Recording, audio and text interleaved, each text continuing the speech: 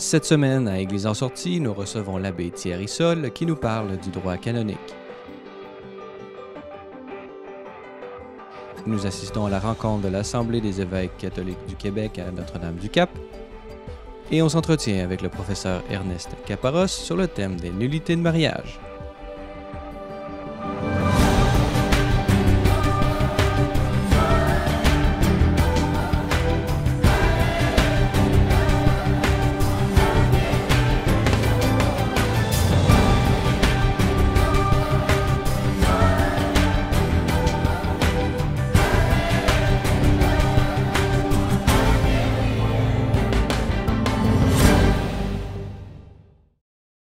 Bonjour mesdames et messieurs et bienvenue à cette émission d'Église en sortie. Aujourd'hui, nous allons parler du droit canon. Alors pour nous en parler, nous avons avec nous en studio l'abbé Thierry Sol. Bonjour. Bonjour. Alors l'abbé Thierry Sol, vous êtes français d'origine, mais vous êtes actuellement professeur à l'Université pontificale de la Sainte-Croix à Rome et vous êtes professeur d'histoire du droit canon. Plus spécialement. Pouvez-vous nous parler un peu de l'histoire de l'université dont vous êtes le professeur? Alors, l'Université pontificale de la Sainte-Croix est une université relativement jeune puisqu'elle a 25 ans. Elle a, comme toutes les universités pontificales, 4 facultés, de théologie, de philosophie, de droit canonique, et puis également la dernière née qui est la faculté de communication institutionnelle. C'est une université actuellement qui regroupe 1500 étudiants, plus ou moins, enfin 1500 étudiants, et qui viennent quasiment tous du monde entier. Non, là, la répartition entre les différents continents tourne un peu à l'avantage de l'Europe, enfin pour 45% je crois des étudiants viennent de l'Europe, mais ensuite tout le reste viennent de l'Afrique, d'Asie ou également d'Amérique. C'est une université pontificale, donc j'imagine qu'il y a un lien avec le Saint-Siège.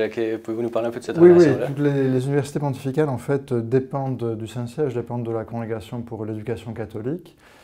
Donc ça veut dire qu'à la fois suivent les programmes qui sont approuvés par le Saint-Siège et dépendent également de toutes les indications de cette congrégation. Pontificales dans le sens où aussi elles ont une mission vraiment au service de l'Église, pour former à la fois les séminaristes, les prêtres, mais aussi les laïcs du monde entier. C'est ça, vous l'avez dit, c'est une toute jeune université et vous êtes un tout jeune professeur. Pouvez-vous nous parler un peu justement de votre, du cours et de la matière dont vous vous occupez, le droit canon? Qu'est-ce que c'est que le droit canon? On entend parfois parler de cette terminologie qui peut sembler un peu complexe. Qu'est-ce que c'est que le droit canon? Eh bien, c'est une question extrêmement difficile, définir en peu de termes le droit canonique.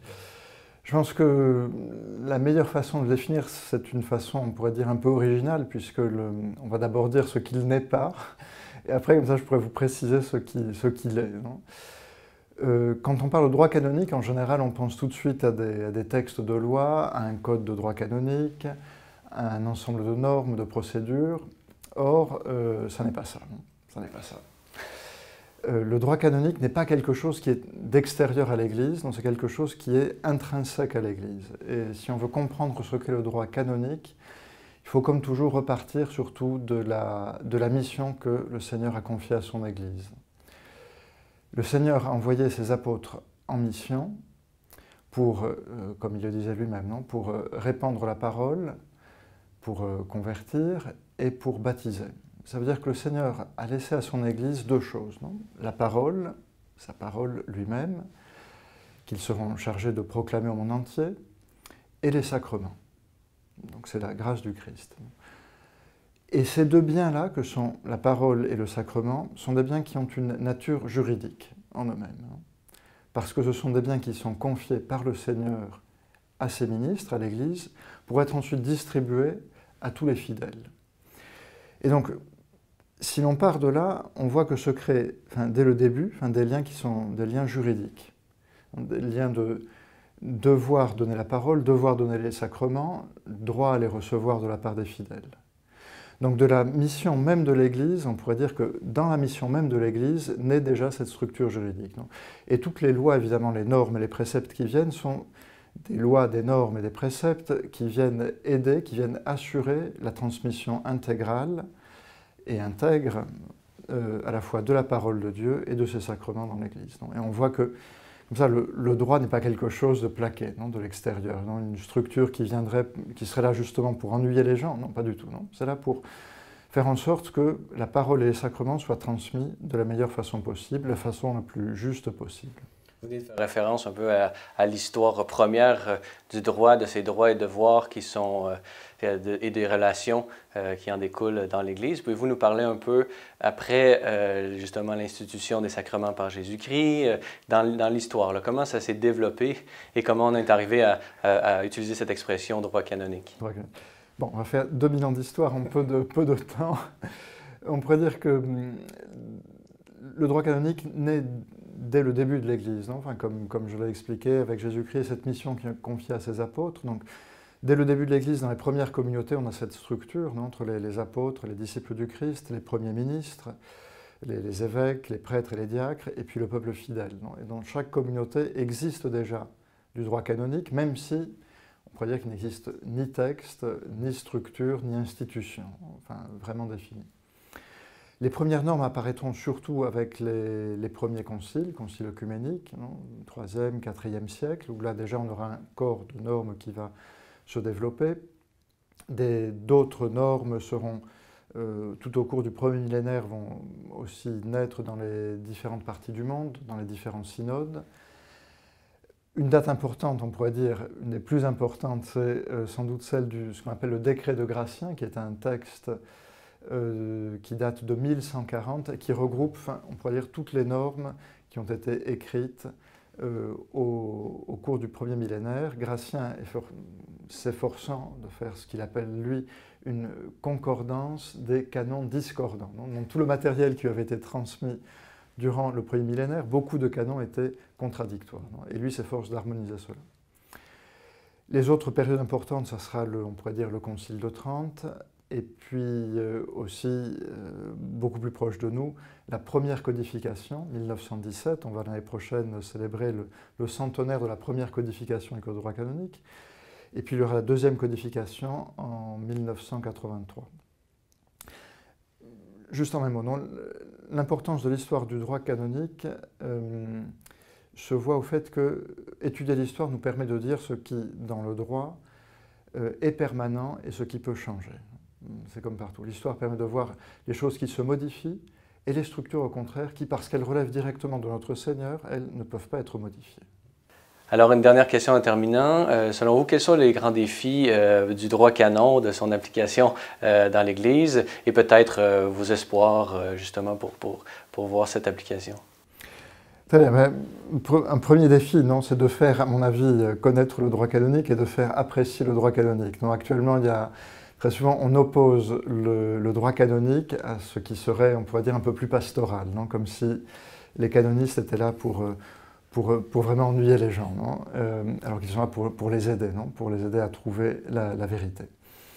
Donc un premier défi, c'est, je crois, d'expliquer que la pastorale et le droit sont deux choses qui sont pleinement compatibles et qui sont tout à fait complémentaires. Donc le droit est miséricordieux et qu'il n'y a pas de miséricorde si des injustices sont commises. C'est une première grande tâche. Je crois que là, il y a beaucoup de travail, mais enfin, avec patience, je pense qu'on peut y arriver. Le deuxième défi, c'est que le droit doit répondre à des situations aussi d'urgence dans l'Église, enfin, on pourrait dire des situations comme celle, on vient de l'évoquer, du mariage, aider les personnes à faire la vérité un peu sur leur vie. Il y a d'autres problèmes, évidemment, auxquels on a été plus sensible ces dernières années. Le droit est un instrument aussi au service des évêques et des diocèses pour éviter que ne se produisent certains problèmes auxquels on a cité ces dernières années. Il y a aussi d'autres types de problèmes, comme les problèmes économiques. Enfin, le droit, en fait, dans l'Église est irremplaçable. L'Église est guidée par l'Esprit Saint, mais l'Église est aussi composée d'hommes. Et on ne peut pas faire comme si tout le monde était forcément bien intentionné toujours. Et c'est comme on pourrait dire pour sur la route, quand on conduit, il y a un code de la route qui est là, qui n'est pas une gêne, qui ne limite la liberté de personne, mais qui permet justement à tout le monde de vivre, qui évite les accidents. et qui protège en fait les gens. Donc je crois que c'est un des grands défis que le droit, à travers vraisemblablement aussi d'autres réformes qui arriveront, parce que le droit est réformé constamment, souvent, mais pourra s'adapter à ces situations actuelles de l'Église. Très bien. Alors, Abbé Thierry Sol, je rappelle que vous êtes membre de la prélature de l'Opus Dei, professeur d'histoire du droit à l'Université pontificale de la Sainte-Croix, et vous êtes aussi l'éditeur du livre publié chez Gratianus, collection de Wilson Lafleur, intitulé « La réforme opérée par le motus proprio Metis Iudex, commentaires et documentation ». Alors, l'abbé Thierry Sol, merci beaucoup d'avoir accepté notre invitation aujourd'hui. C'est moi qui vous remercie. Au revoir.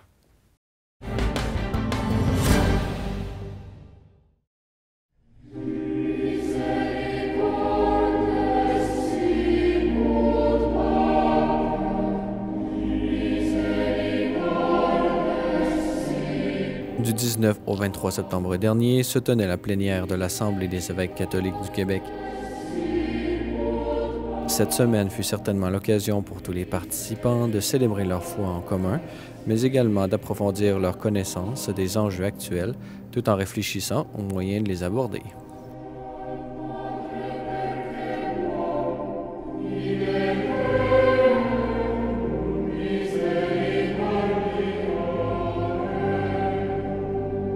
C'est pour moi une grande joie toujours que d'accueillir les évêques du Québec qui se rencontrent 2 fois par année ici à Trois-Rivières, à la Madone, tout près ici du sanctuaire et de la basilique Notre-Dame-du-Cap.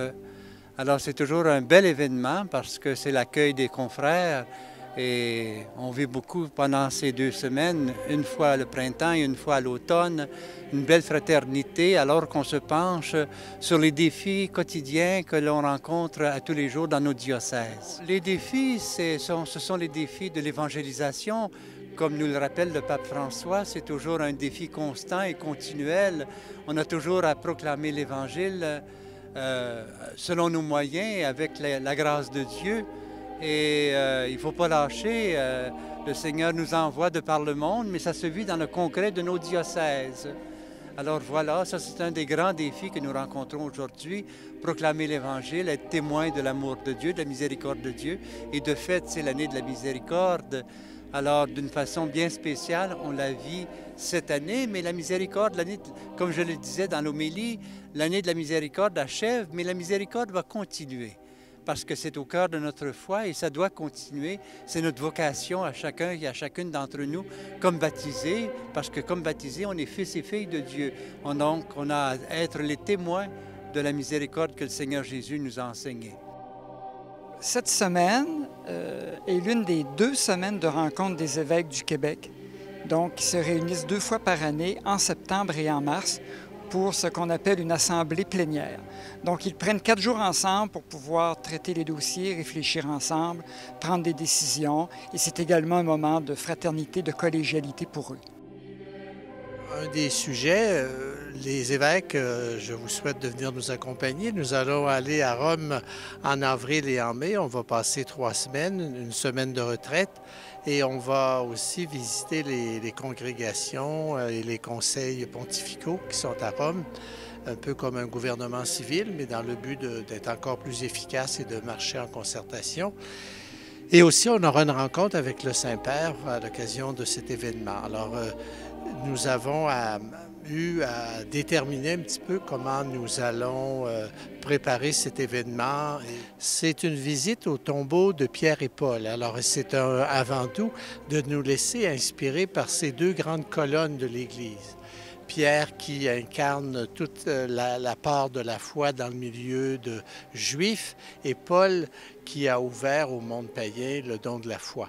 Alors on va aller se recueillir et célébrer même dans les 4 basiliques, les 4 grandes basiliques qui sont à Rome pour prier pour le peuple de Dieu qui nous est confié au Québec. Alors c'est un événement important et on y a consacré une bonne demi-journée pour faire un peu le tour d'horizon parce qu'en même temps on veut lui présenter un tableau de la situation de la foi vécue au Québec.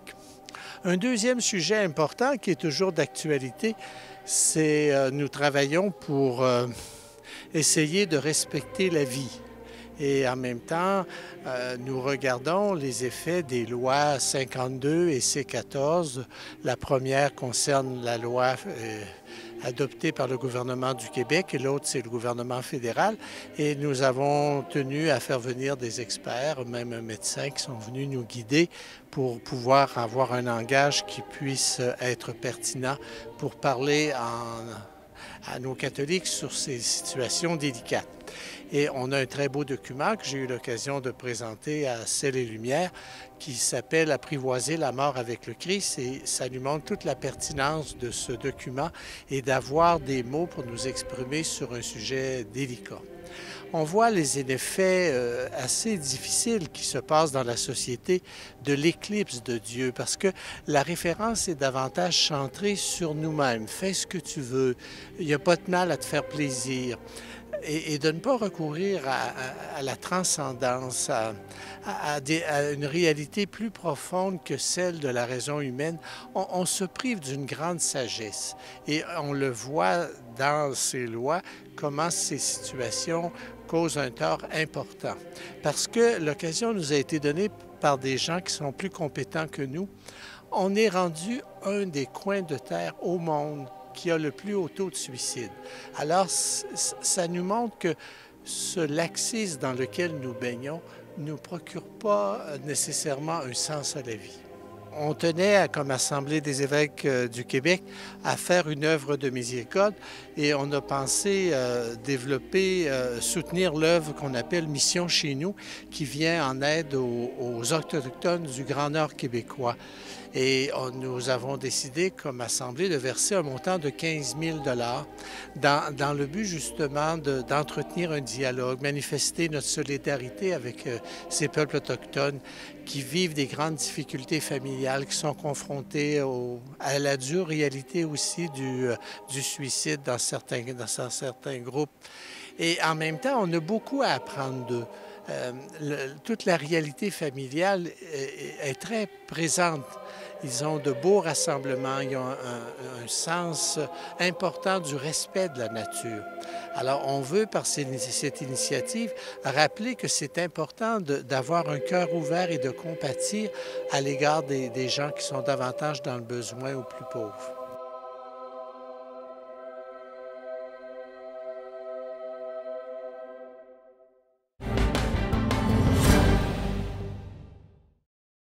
Dans cette deuxième partie d'émission, nous allons continuer sur le sujet du droit canonique. Et pour nous en parler, nous avons avec nous en studio le professeur Ernest Caparros. Bonjour. Bonjour. Alors, Monsieur Caparros, vous êtes professeur émérite à la faculté de droit de l'Université d'Ottawa. Présentement, vous êtes professeur invité de droit canonique à l'Université pontificale de la Sainte-Croix à Rome. Vous avez été également professeur de droit civil dans plusieurs universités, dont l'Université Laval, par exemple. Donc, c'est vraiment une grande carrière qui a été et qui est toujours la vôtre. Aujourd'hui, on est réunis pour parler de droit canonique, comme je l'ai dit, mais spécifiquement sur les questions de nullité de mariage, puisque vous avez dirigé un ouvrage publié chez Wilson Lafleur aux collections Gratianus sur le modus proprio Metis Iudex. Alors, voilà ma première question un peu simple. Qu'est-ce que c'est qu'une déclaration de nullité de mariage? Bon, commençons par dire que les mariages, depuis toujours, lorsqu'il est fait régulièrement, disons validement, est indissoluble. Et ça remonte avant, je ne dirais pas avant Jésus-Christ, parce qu'il était déjà vivant, à Saint Jean-Baptiste, quand il s'est fait décapiter, parce qu'il était en train de dire à Hérode qu'il ne peut pas vivre avec la femme de son frère. Plusieurs siècles plus tard, le même phénomène s'est produit en Angleterre, quand Henri VIII veut quitter sa femme, parce qu'il a trouvé une autre plus belle, il en trouvera beaucoup d'autres après, et Thomas More refuse de signer cet acte qu'il voulait signer. Et lui aussi, il se fait décapiter. Et donc, il y a des gens qui ont prétendu par-ci et par-là que, bon, une nullité de mariage, si on paye comme il faut, on peut l'obtenir. Mais c'est absolument faux. C'est même tellement faux qu'il y a eu jusqu'à un schisme important à cause de cela. Donc, en principe, tout mariage célébré dans l'Église en respectant les normes canoniques est donc indissoluble. Mais un mariage peut être déclaré nul à la suite d'un procès devant un tribunal. Donc, justement, peut-être des technicalités de ces procédures, on va y venir plus tard, mais d'abord, justement, ce motu proprio. Quelles étaient les intentions du pape là, avant de publier ce motu proprio? Elles sont énumérées, il les énumère dans les préambules des 2 motu proprio, parce qu'il y en a eu 2. Il y en a un pour les latins, puis un autre pour les orientaux. À peu près semblable. En fait, il y a certains changements à cause des nuances, des sensibilités orientales, mais au fond, c'est le même type de normes qui a été établi. Alors, ce qu'il nous dit, c'est d'abord le maintien du principe de l'indissolubilité du mariage. Et ça, il les répète à plusieurs reprises dans le préambule. Et ça, il les répète quand il se fait interviewer par les médias dans les avions. Et ça, c'est clair que ça, et on verra que ça ne va pas changer. Parce que c'est le Christ qui a dit, c'est que Dieu a uni, que l'homme ne les sépare pas. Alors, et c'est pour ça que Jean-Baptiste avant a perdu la tête et que Thomas More après, il s'est fait décapiter aussi. Là. Alors, donc, pas de changement doctrinal. Pas de changement doctrinal, pas du tout. La loi suprême, l'autre élément qu'il dit, c'est dans l'Église, la loi suprême, c'est le salut des âmes. Donc, il y a un souci, il parle souvent d'aller aux périphéries, il y a un souci d'aller chercher ces personnes qui sont éloignées de l'Église à cause d'une situation matrimoniale qui n'a pas fonctionné, afin de voir jusqu'à quel point on peut les aider à revenir. Ce n'est pas qu'on va ouvrir la porte et dire « amenez ». Non, non, ça, il le fait pour accueillir des pauvres. Hein? Et il les accueille chez lui, puis il les accueille à sa table. Là. Après, réponse à un besoin, c'est parce qu'il y a un grand nombre de fidèles qui sont dans ces situations. Et ça, je me rappelle, il y a des années, un de mes collègues dit « Écoute, il faut trouver une solution, parce qu'il y a beaucoup de gens qui sont dans ces situations pour différentes raisons qu'on n'a pas, et qu'il faut voir comment on peut les aider. » Alors, c'est dans ces perspectives qu'il constitue un groupe de travail présidé par les doyens de la Rote romaine, qui est le tribunal suprême de l'Église, et où le pape décrit que c'est un groupe d'éminentes personnes pour leur doctrine juridique, leur prudence pastorale et leur expérience judiciaire. Et il répète, restant sauf en tout état de cause les principes de l'indissolubilité du lien conjugal. Donc, ça, c'est les motivations qui sont là. Il les expose. Là, c'est une chose qui est très claire. Il ne cache pas qu'il y a différents aspects qui l'ont poussé à agir rapidement.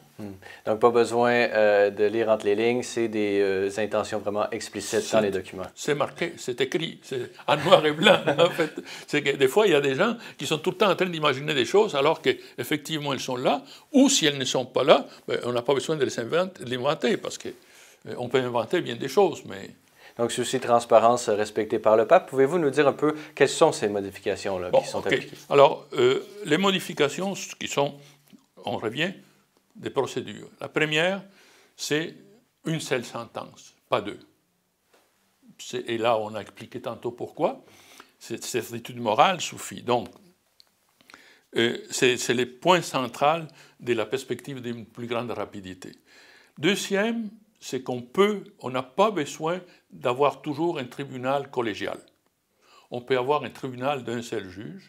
Dans ces cas, il demande que ce soit un clerc et qu'il puisse adjoindre des assesseurs. Et si c'est un tribunal collégial, et ça c'est un changement, il peut avoir 2 laïcs et un clerc. Jusqu'à maintenant, pour un tribunal collégial, il fallait que ce soit une majorité des prêtres. Je me rappelle, à un moment donné, dans les tribunaux d'appel, on s'est rendu compte qu'on était plus des laïcs que des clercs dans les tribunaux. Il dit, bon, mais écoute, il faut nommer d'autres clercs, là, parce qu'ils voulaient garder les laïcs quand même. Là. Alors, ça, c'est une des choses. L'autre, c'est que l'évêque reprenne sa fonction de juge, parce que l'évêque, c'est les juges dans son diocèse. Et qu'il les prenne, cette fonction, il encourage à assumer cette fonction et qui lui est propre en matière matrimoniale. Il établit un procès plus bref, présidé par l'évêque, en énumérant un certain nombre de cas dans lesquels, normalement, il est facile de décréter s'il y a une nullité ou non. Et à ce moment, c'est l'évêque qui doit agir avec un instructeur, avec un auditeur, avec des gens qui peuvent l'aider, parce que tous les évêques n'ont pas de formation canonique, malheureusement. parce qu'il pourrait en avoir davantage avec une formation canonique, mais les droits canons ont été bannis pendant beaucoup de temps. Là. Les droits canons ont été considérés comme une mauvaise pensée, quelque chose qu'il fallait rejeter, là, parce que ça nous empêche de tourner en rond, alors que c'est celui qui nous protège et qui protège les droits de tout le monde. Alors, dans ces cas-là, et les papes insistent que c'est pour respecter le principe de l'indissolubilité, parce que l'évêque est celui qui est là, avec les papes, pour respecter et protéger la doctrine et la foi. Alors, il y a ces procès plus brefs, mais il y a aussi un procès documentaire. C'est-à-dire, quand on parlait tantôt de quelqu'un qui n'a pas obtenu la dispense pour un empêchement, ou de quelqu'un qui ne s'est pas marié devant l'autorité compétente. Alors, si on a documenté que quelqu'un s'est marié et qu'il ne l'a pas fait devant les curés de sa paroisse, et que l'autre n'avait pas la dispense, bien là, c'est clair que le mariage est nul. On n'a pas besoin avec ces documents, ça suffit, puis on peut les décréter. Alors, quand c'est 2 ou 3 cas où la documentation qui est acceptée, qui est claire, qui n'est pas contestée, établit que le mariage est nul, ben, on fait un procès documentaire qui est aussi plus rapide. Et il y a une chose intéressante qu'il a commencé à appliquer à la Rote, c'est qu'il invite les conférences épiscopales à que les procédures soient gratuites. Lorsque les papes revenaient de Philadelphie, c'était la Rencontre mondiale des familles. Rencontre mondiale des familles, on lui avait posé la question de si ce n'était pas un divorce. Et il a dit, c'est motu proprio, je cite, facilite les procès dans le temps, mais il ne s'agit pas d'un divorce, parce que le mariage est indissoluble quand il est un sacrement, et c'est là, non, l'Église ne peut pas le changer. C'est la doctrine. C'est un sacrement indissoluble. La procédure judiciaire est là pour prouver que ce qui semblait être un sacrement n'avait pas été un sacrement. Donc, comme j'ai dit au début, là, si le mariage est valide, il n'y a personne qui peut le changer. Il y a des gens qui peuvent ne pas vivre selon cet engagement qu'ils ont pris. Il y a des gens qui peuvent éventuellement ne pas appliquer la formation doctrinale et accepter ces gens-là à la communion ou d'autres choses, là, parce qu'ils ne veulent pas les brusquer. Mais si ces personnes-là sont dans une situation qui se font eux-mêmes obstacle à la réception des sacrements, alors à ce moment, on ne peut pas le faire. Et ça, je pense que François, c'est ça qu'il est en train d'établir. Très bien. Alors, Ernest Caparros, je rappelle que vous avez dirigé un ouvrage sur ce point spécifique, La réforme opérée par le motu proprio Mutis Iudex, commentaires et documentation, publié dans la collection Gratianus chez Wilson Lafleur. Alors, Ernest Caparros, merci beaucoup de nous avoir accordé cette entrevue aujourd'hui. Je vous en prie, ça me fait plaisir. Voilà, c'est tout pour cette semaine. N'hésitez pas, si vous avez des questions ou commentaires, vous pouvez m'écrire à l'adresse qui apparaît à l'écran. Revenez-nous la semaine prochaine pour un autre épisode d'Église en sortie.